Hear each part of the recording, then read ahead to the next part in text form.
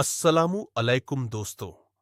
आज हम जानेंगे बकरा ईद यानी ईद उल अजहा की नमाज में ऐसी 3 बड़ी गलतियों के बारे में जिसकी वजह से इंसान की ईद की नमाज खराब हो सकती है या उसका सवाब कम हो सकता है। बहुत से लोग खुशी में ऐसी गलतियां कर बैठते हैं और उन्हें पता भी नहीं चलता। इसलिए इस बयान को आखिर तक ध्यान से सुनिए। सबसे पहली गलती, बिना गुस्ल और सफाई के ईदगाह जाना। इस्लाम में ईद के दिन सफाई और पाकीज़गी को बहुत अहमियत दी गई है।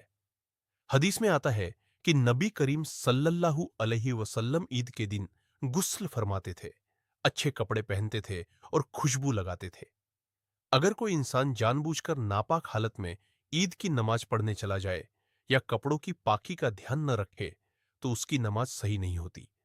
इसलिए ईद की नमाज से पहले गुस्ल करना, साफ कपड़े पहनना और बदन व कपड़ों को पाक रखना बहुत जरूरी है। दूसरी गलती, ईद की नमाज का वक्त निकल जाने के बाद नमाज पढ़ना। ईद की नमाज का एक खास वक्त होता है।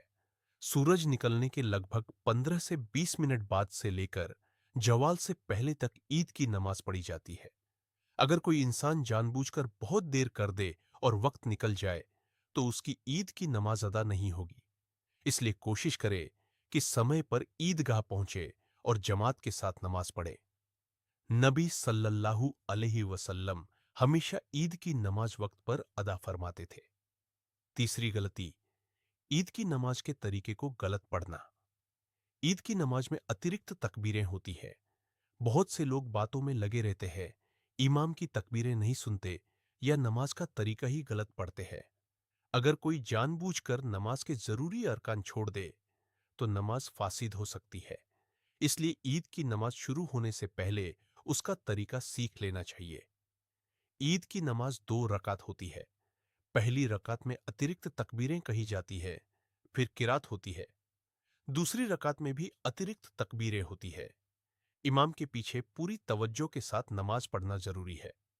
दोस्तों, याद रखिए, ईद सिर्फ नए कपड़े पहनने और खुशी मनाने का नाम नहीं है, बल्कि अल्लाह की इबादत और शुक्र अदा करने का दिन है। अगर हम छोटी छोटी बातों का ध्यान नहीं रखेंगे, तो हमारी मेहनत बेकार भी हो सकती है। हदीस शरीफ में आता है कि जिसने हमारी इस नमाज को पढ़ा और हमारी कुर्बानी की तरह कुर्बानी की, उसने सही तरीके को पा लिया। सही है बुखारी। इसलिए ईद की नमाज को हल्के में न ले, समय पर जाए, पाक साफ रहे और पूरे अदब के साथ नमाज अदा करे। अल्लाह ताला हम सबकी ईद की नमाज और कुर्बानी को कबूल फरमाए। आमीन।